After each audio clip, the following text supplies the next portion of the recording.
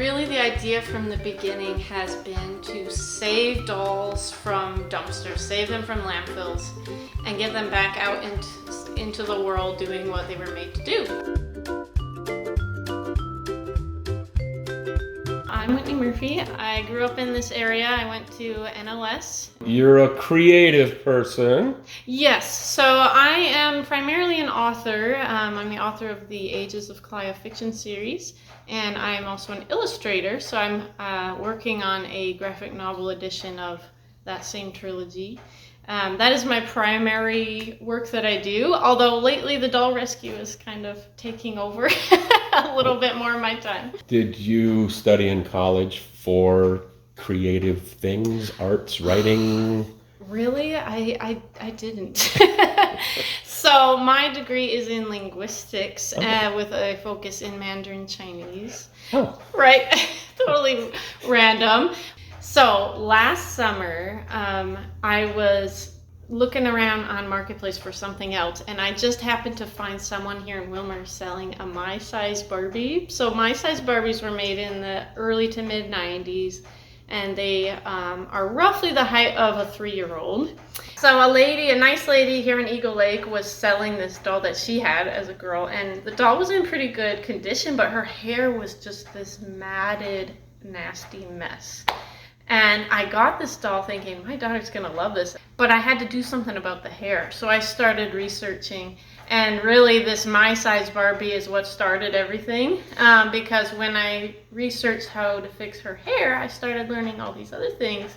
And what happened is, I couldn't tell my daughter about this doll because it was a surprise. So what happened is, I told my daughter, I said, do you wanna come to Goodwill with me and find some dollies that need help, that nobody wants? And we'll see if we can make them pretty again. And she goes, yeah.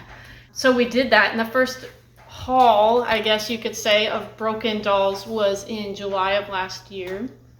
And she helped me clean them up. She mostly just helps me scrub them and get them clean. But it was so exciting that we were able to transform them with some of these simple techniques that I had learned. Yeah.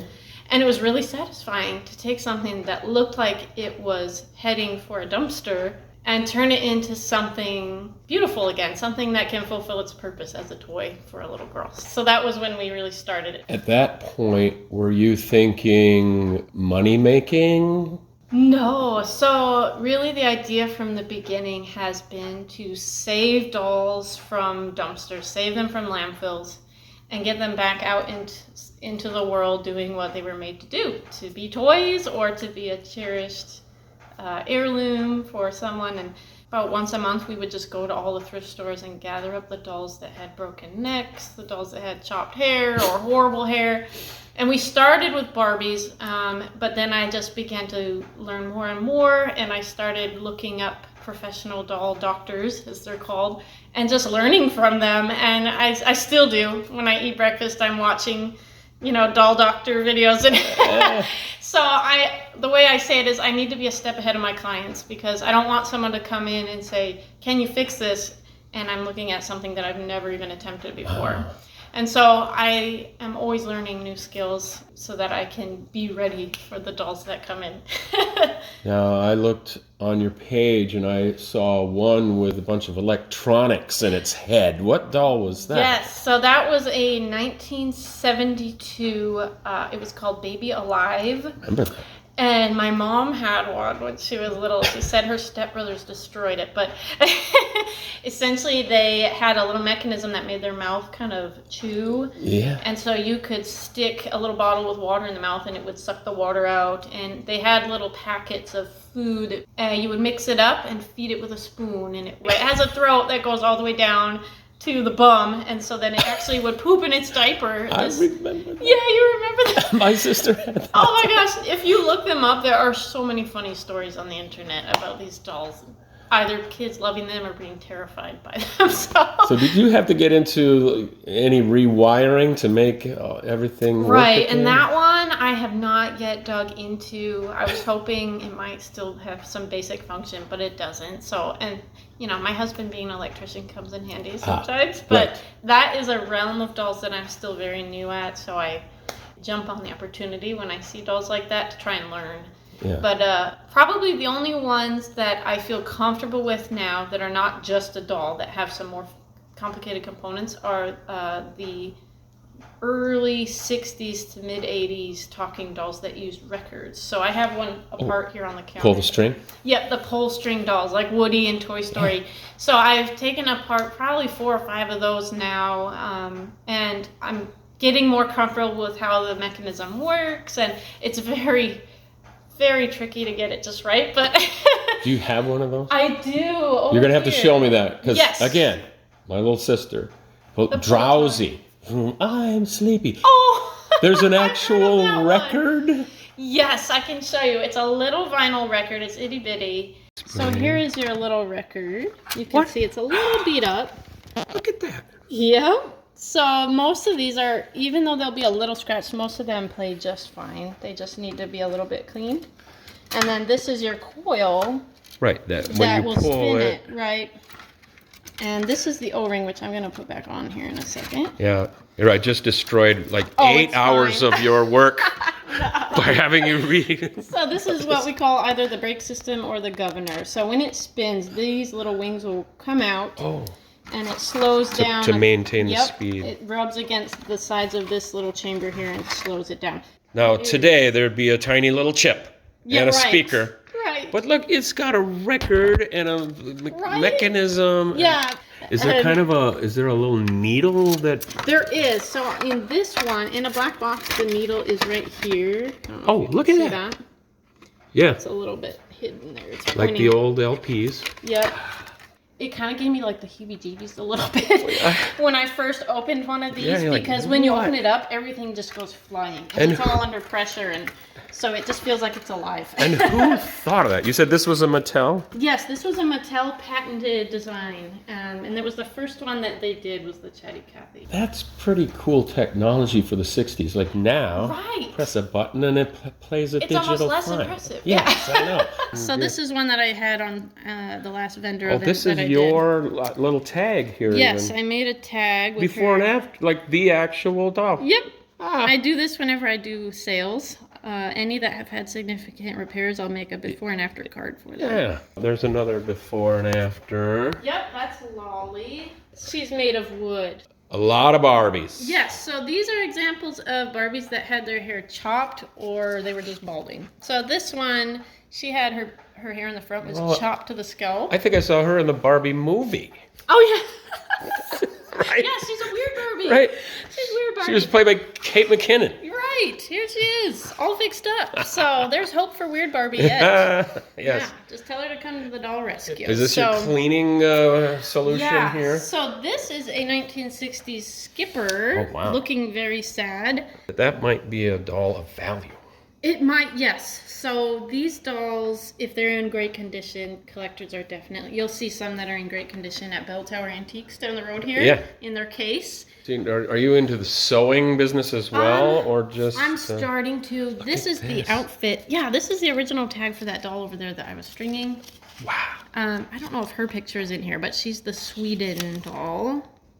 Yeah, this is the outfit for that little doll, and her name, it says on here on her tag, Sweden. And Madame Alexander, she had a doll factory in New York. Yep. Okay, and the clothes. And here's one of her original eyes that I kept. Just creepy. Yep. So she's a drink and wet doll. The most common problem I see with them is that the water deposits build up in their eyes and inside them. So these are what you call eye chips. These are not the right size for that doll, but it's just an example. So those don't move. Yeah, so this has stationary eyes. This is also a vintage drink and wet doll. Rerooting the dolls, which is where you root new hair in their heads, like this one. That's an official hair rerooting tool. This did not come out of a surgery surplus. Right. Or... I didn't steal it from a dentist. Yeah. Yeah, this is specifically for rooting. It's a special needle with a little hook on there. Yeah, so you would take just a little bit, and then you loop it on this hook, like this, and then you just stab it in there. I've heard it said once that for Barbie's beauty literally is pain, because another part of this. So once I got all the new hair on and trimmed it to length, what I would actually do is go in the head and put glue in there for the roots. So they don't pull Yeah, out. otherwise it will just pull right out. Oh, wow. One trick I don't mind sharing with parents. Something all you parents will see eventually, which is a chewed hand. All you need to do is boil some water and hold that chewed hand in the water for like 20 seconds and check it. And if it's not looking good, try another 20 seconds. Without manipulating it at all? Nope. It'll just... So this type of plastic, it has memory. So when you heat it up, it will revert to its original shape. I do have a video on my Facebook and on YouTube where I did this. And you'll be shocked at how well it works. Ask Mom for help with that one. Don't let the girl do that on her own. And still not for profit. No. So I have a $5 flat fee per doll.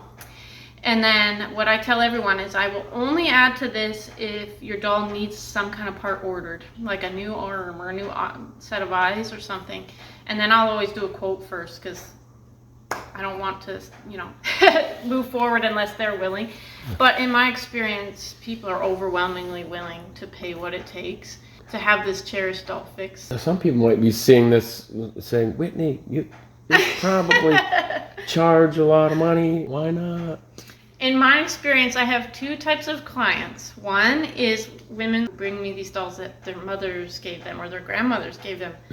And they are the type of client who is willing to pay whatever it takes. And it really isn't much anyway, even when you need replacement parts. And then the other clients that I deal with the most often are parents. My little girl's doll broke and I need it fixed, right?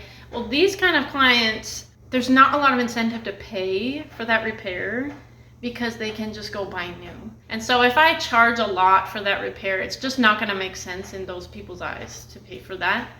And then they end up in the landfill again. Exactly. Then the doll is going to the landfill, which is what I want to avoid.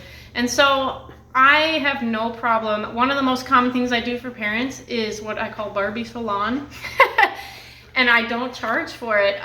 So they will just drop off all their daughter's Barbies, and me and my daughter will clean up all the hair. If it's like matted, we have a way to treat that so it gets nice and shiny. And honestly, my daughter and I have so much fun doing it that I think the pay for me is just that time with my little girl and just having fun doing something that I know is gonna make another little girl happy. So, yeah.